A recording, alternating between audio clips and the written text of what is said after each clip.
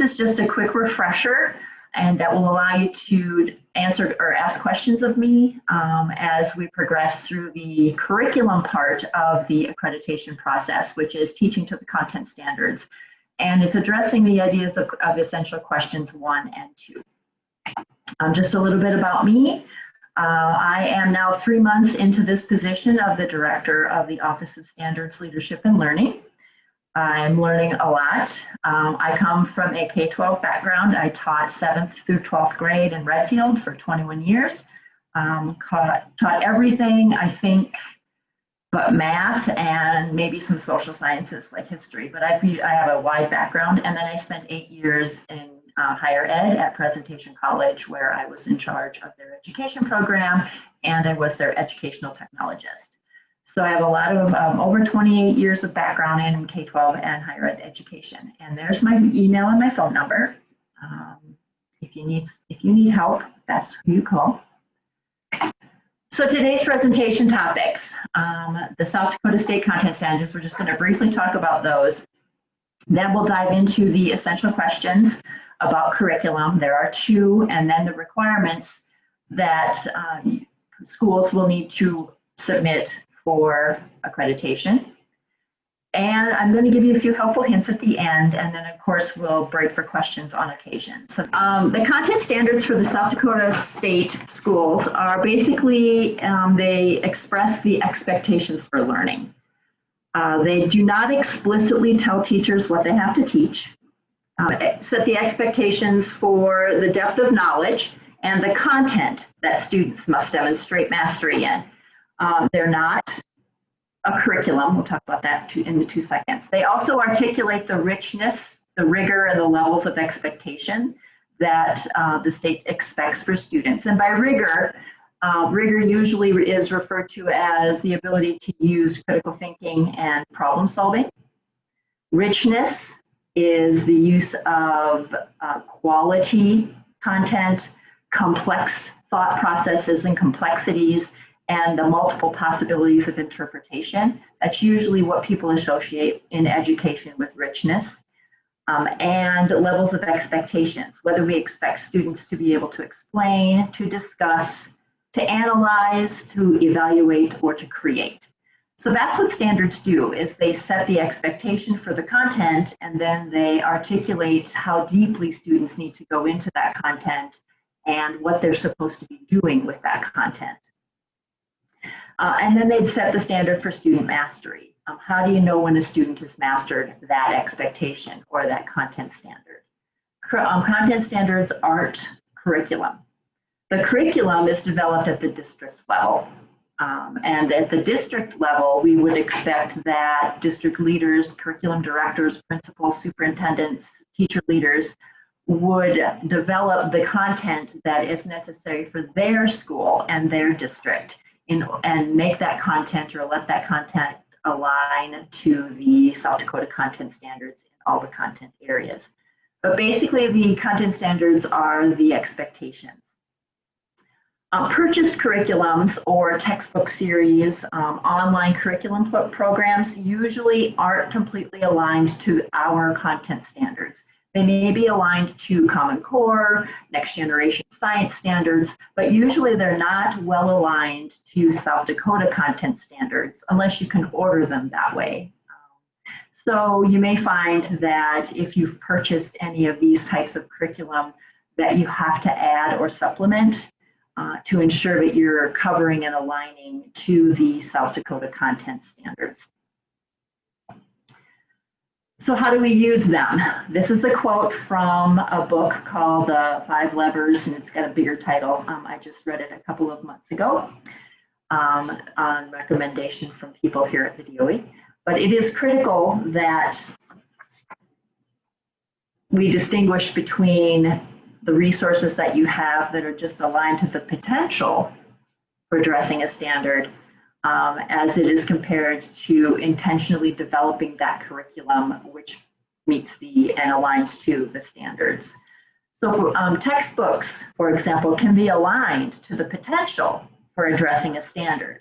They may contain the topics that you would like to cover and the content, but the taught curriculum, and that's what the South Dakota accreditation process for curriculum is dealing with, is the taught curriculum.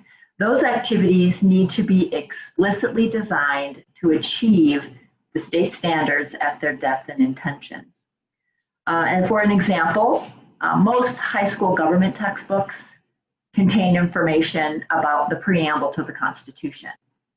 Students learn about that repeatedly through their years in high school, and usually by government, the textbook has content about the preamble. But just learning about the circumstances around its creation, the contents of the preamble, and its suggested intent that is written into the textbook about the preamble does not meet the depth and intent of the South Dakota Social Studies standards relating to the preamble. So here's an example. Here is the 9 through 12 civics and government standard about the preamble.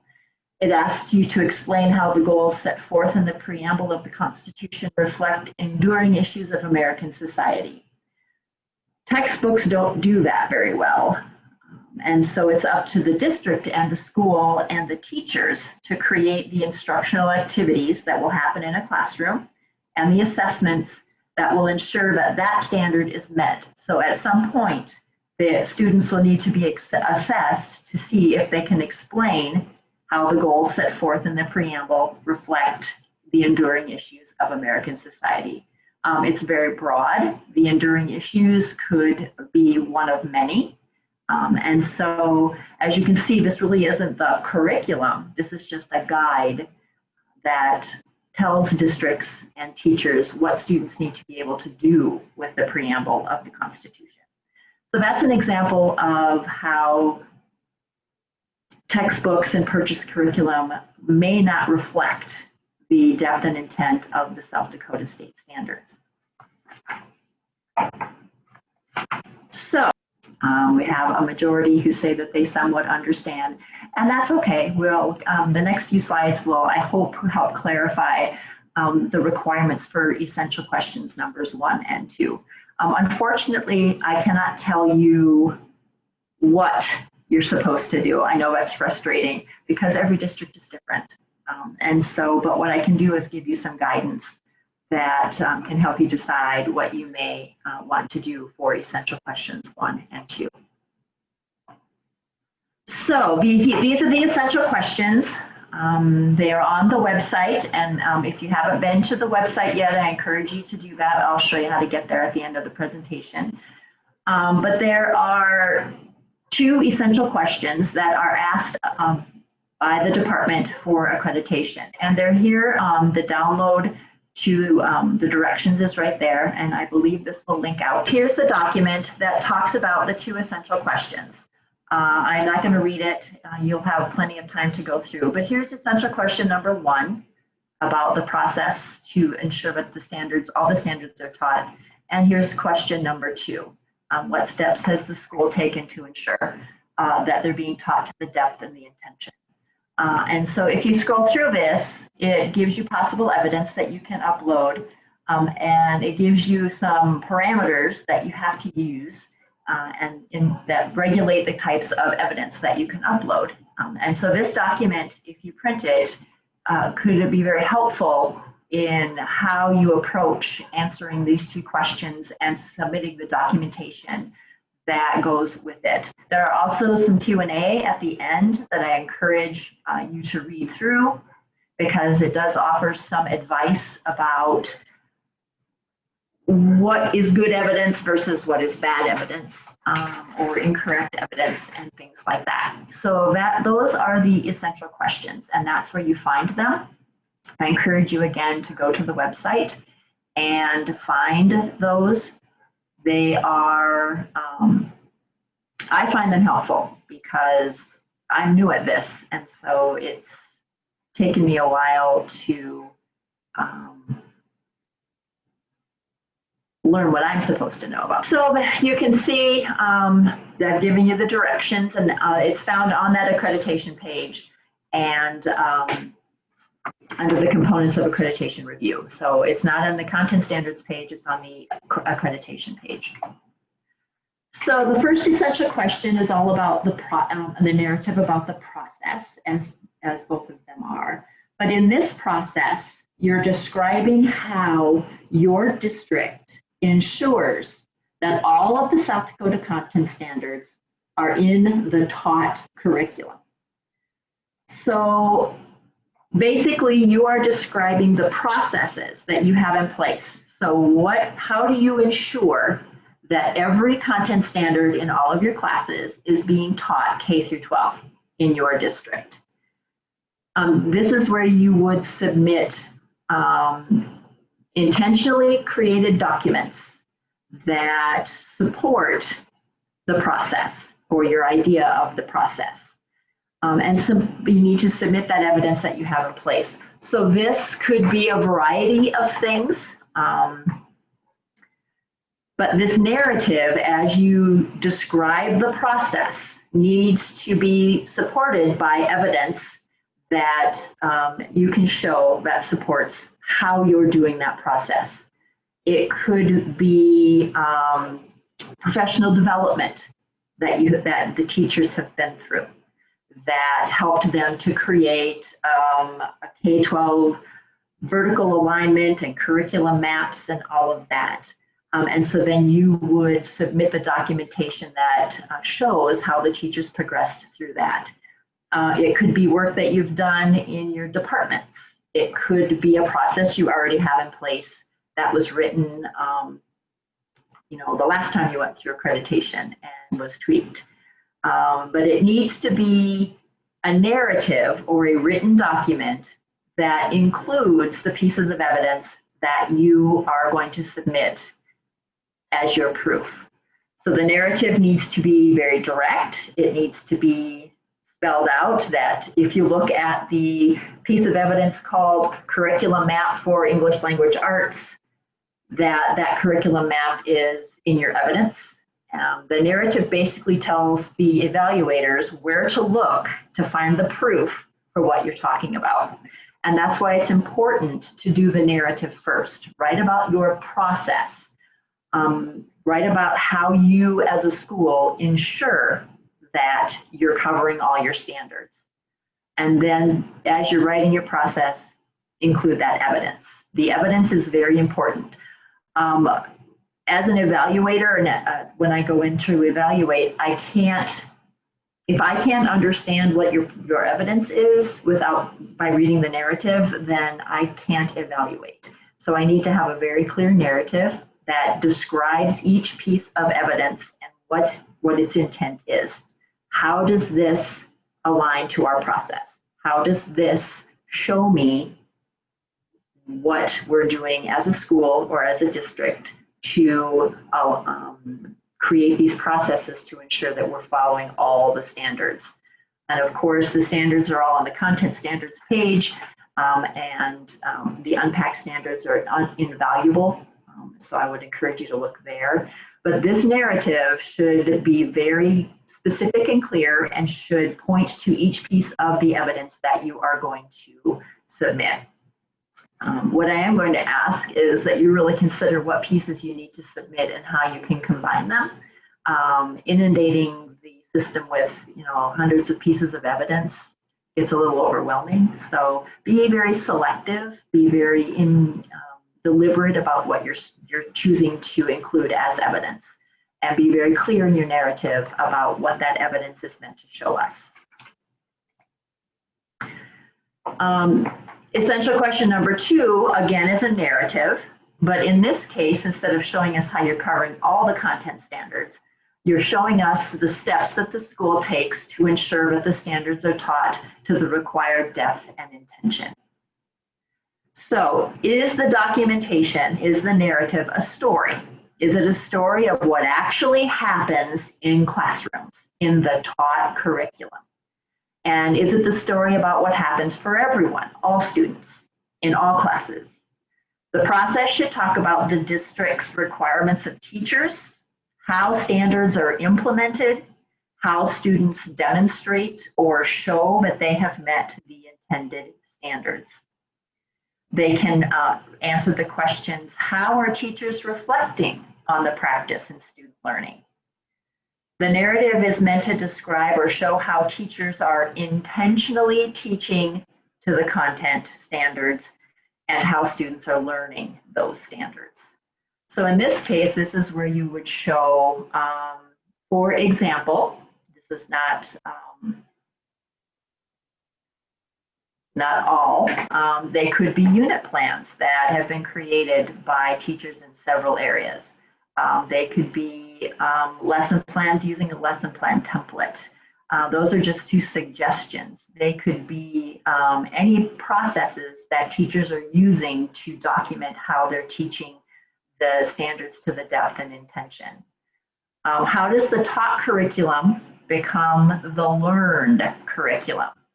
So basically what we're asking is that you create a story that would explain to a stranger how you know that your teachers are teaching the standards to the required depth and intention. I liken it to a story that gives me a day in the life. So if I were going to be teaching this content standard, I would like to see how the teacher is going to progress through the lesson or the unit, and what activities are going to happen, what assessments are going to happen, those kinds of things. So the more that you can supply as evidence that this is what the teachers are doing in the classroom to create that story, the better. It helps us to envision what it looks like to be in the classroom in your district.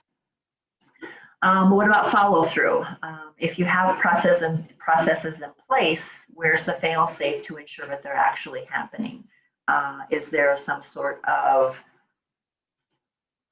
self-reflective piece? Is there somewhere where teachers are submitting so that they're ensuring that teachers are doing what they're doing in the classrooms that you have submitted? Let's see, making sure I've covered all my notes. So basically, it's a picture. Create a story that shows us what it looks like to be a student in your classrooms and shows us what those students are learning. Required depth and intention is sometimes a bit confusing for people, and so this next slide gives us an example of what that means. So here is a high school life science standard.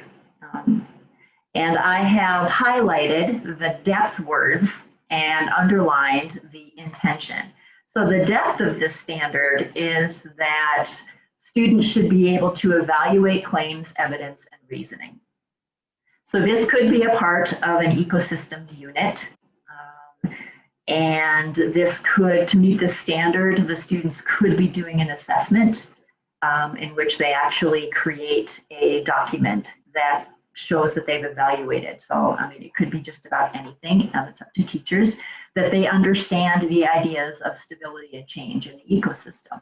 So the depth is that they do the evaluation piece, and that they're evaluating the claims, evidence, and reasoning, or they're evaluating sources. The intention is that they're evaluating sources that discuss the complex interactions in ecosystems as they maintain stability, and how is that compared to the resources and sources that are talking about how extreme moderations or extreme fluctuations in ecosystems result in new ecosystems. So now you know what students have to do. They have to evaluate claims and evidence. That's how deep you need to go, because remember, evaluation, there's going to be a lot of back-end teaching. They're going to have to understand about how to evaluate a source.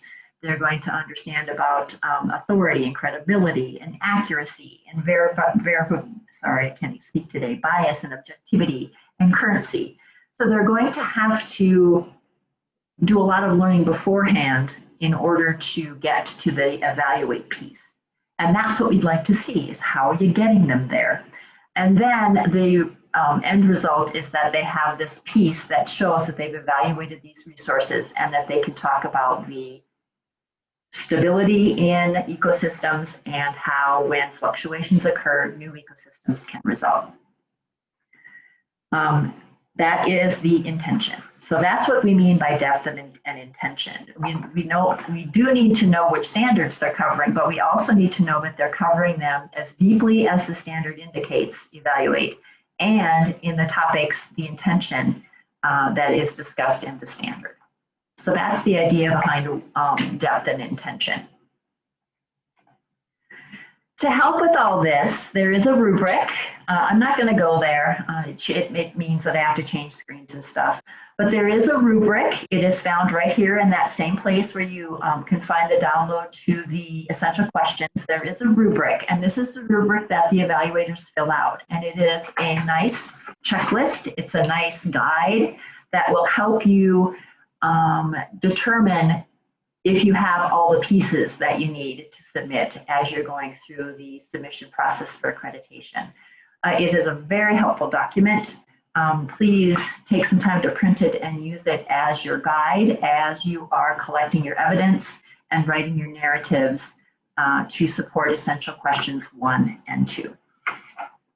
So we've gone through quite a bit here. Does anyone have any questions? Now's the time to unmute and ask. Put them in the chat.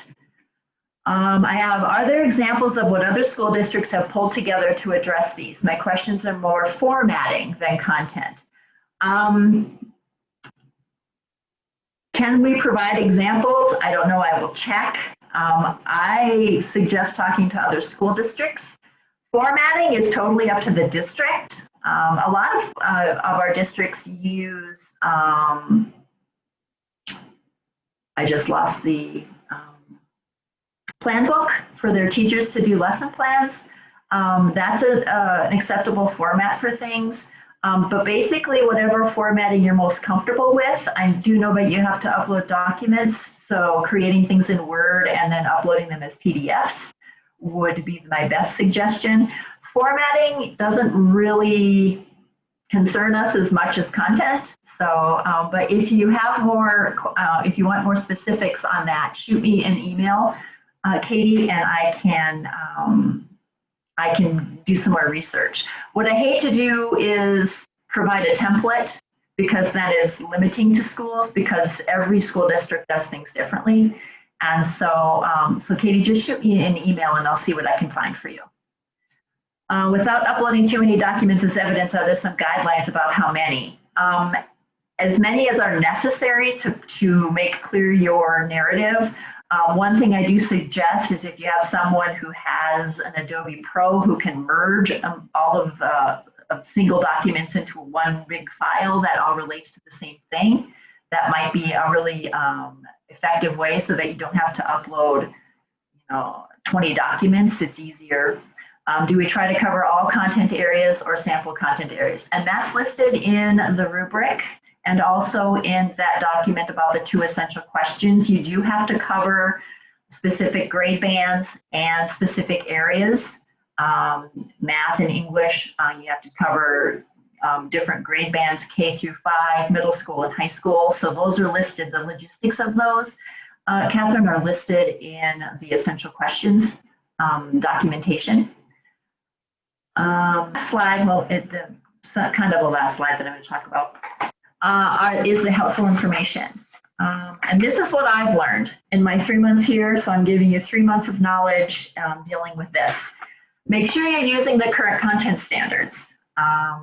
They are all listed on the website. It is very important that when you're looking at content standards that are being submitted in lesson plans or in unit plans or from your teachers, or that you're using them for vertical alignment and such, that you make sure that they're the most current. There have been some updates in standards in the past year or two, so make sure that you're addressing the most current version of the standards, and those are important. And remember that Common Core is no longer here, so things have switched. So make sure that you're moving away, that you're not using those standards, and that you're in our South Dakota content standards. It's easiest if you start with your narratives.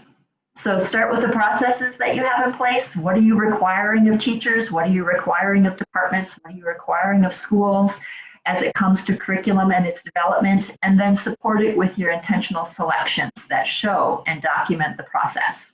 So start with the narrative.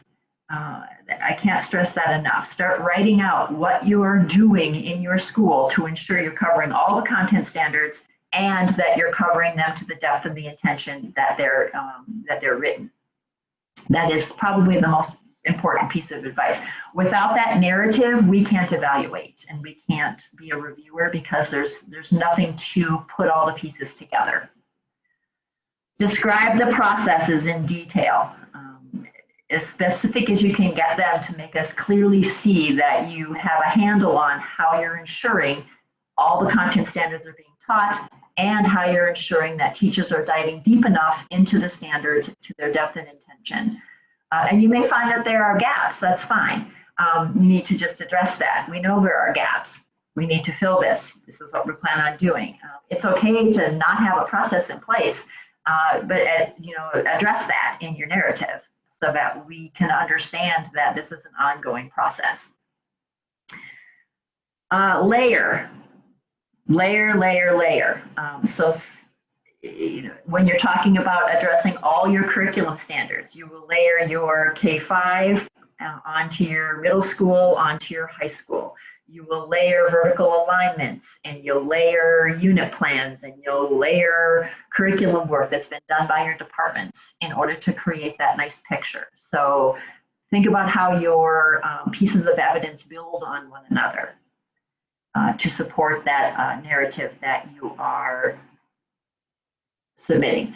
One piece of advice about submitting lesson plans, if you choose to do that, make sure that you're submitting everything that is listed in the lesson plan. For example, if your lesson plan states that students will be working with handouts, that they'll be answering questions at the end of a chapter, if they'll be working in a workbook, please attach those with the lesson plan. Scan them and put them all together so that we understand what students are doing. It's difficult for reviewers to understand that a student has mastered a math standard if we don't know what they were doing. Pages 5 through 6 in the book, exercises 3 and 4, if we don't have that, we can't evaluate that. So we need to, so if a lesson plan states that they're working on content that isn't included, please include that. We need that to create that picture. Make sure that lesson plans are complete. You need to create an image of the day or of the unit, and I would encourage unit over lesson. The way I'm thinking about it is think when you were, for those of us who are educators, when you were in college and you had to write out those very detailed lesson plans, that's kind of where you need to be thinking. Very detailed so that we can understand how you're teaching to the depth and intention of that standard and how the students are learning it. Let's see. It should clearly show that picture of mastery. How do you know that students are mastering those standards? How do you know? What are they doing to show you? That needs to be included in the evidence. And also when you're talking about showing mastery of content standards, be very selective about content standards. For example, just because you talk about World War II doesn't mean that you've met 15 history standards. Be intentional. This unit's covering these 15 standards, and here's how we're going to show mastery of them. Be intentional about which standards you're covering when. You're creating that picture. Use the rubric. Print the rubric and use it. It gives you a step-by-step checklist of things that you need to have. And it gives answers to the questions at the bottom. It's what we'll use, we'll write on it, and it's part of what we submit or use to us when we submit our feedback. And then visit the website. It should be bookmarked on your Chrome browser or your Safari browser, and go there often. There are videos. If you did the homework for today, you watched Kelly and Matt's video and you watched Stephanie Hignan's video about essential questions 1 and 2. If you need more, that's where you need to go watch.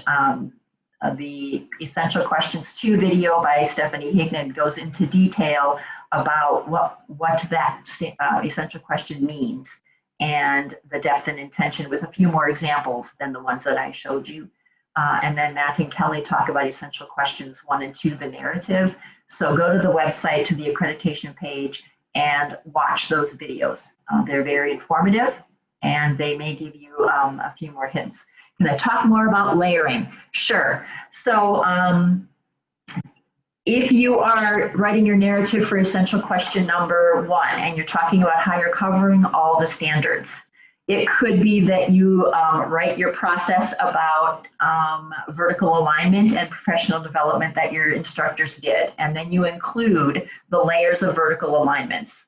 And then you also talk about how the departments got together, and the English department used that vertical alignment to then create a 9 through 12 alignment for when the standards in 9 through 12 are going to be met and how they're going to meet them. There's another piece of evidence that supports the process. That's your second layer. Another layer may be a sample of a middle school science curriculum in which you have aligned the middle schools, the standards for middle school to each of the classes taught in science in middle school. There's another layer. So the more layers you can show us, then the bigger picture we get as, yes, this school has a process and they are using the process. And it is showing because they're able to create these documents that they provided to us. So that's kind of what I mean by layering. So the more evidence, the more layers that you can show us that teachers and districts are using professional development time or work time or professional development days to work on curriculum development. That's what I mean by layering. For essential question number 2, the depth and intention, maybe you submit a unit plan for science covering ecosystems, and then you layer that with specific lesson plans that show the depth and intention of meeting those standards. That maybe you layer a curriculum map on top of that about how the biology teacher is teaching to these standards across the academic year. That's another layer. So that's what I mean by layering.